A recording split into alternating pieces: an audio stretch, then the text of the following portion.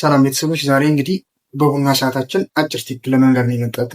ብዙ ጥያቄዎች እየጠየቃችሁን ስለሆነ አንደኛው ባንክ ሪኮንሲሌሽን ወይም ደግሞ ገቢዎች ስትሄዱ ባንካችሁ መቅጠም አለበት ተብላችሁ ትጠየቃላችሁ። ምን ማለት ነው?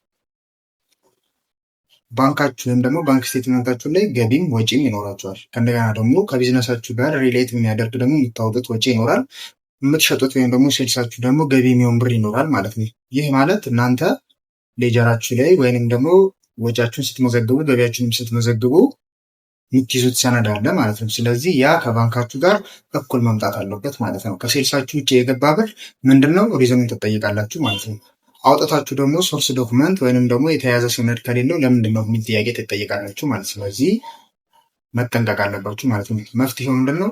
ጎበዝ የምትሉትን አካውንታንት ወይንም የሂሳብ ሰራተኛ ቀጥራችሁ በየወሩ ወይም በየ15 ቀኑ ወጫችሁን ገቢያችሁን ከባንኮቻችሁ ጋር እያስታረቀ የሄደ አመቱ መጨረሻ ላይ እኩል አድርጎ ገቢዎች ይዛችሁ መሄድ አለባችሁ ማለት ነው።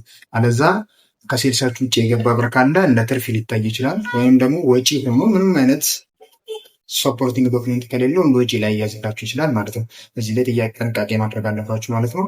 እንደተለመደው ፎሎ፣ ላይክ፣ ሼር ማድረግ እንዳትረሱ። በቀጣይ በቡና ሰዓታችን ደግሞ ሌላ አዲስ ቲፕ ይዘን እንመጣለን ማለት ነው።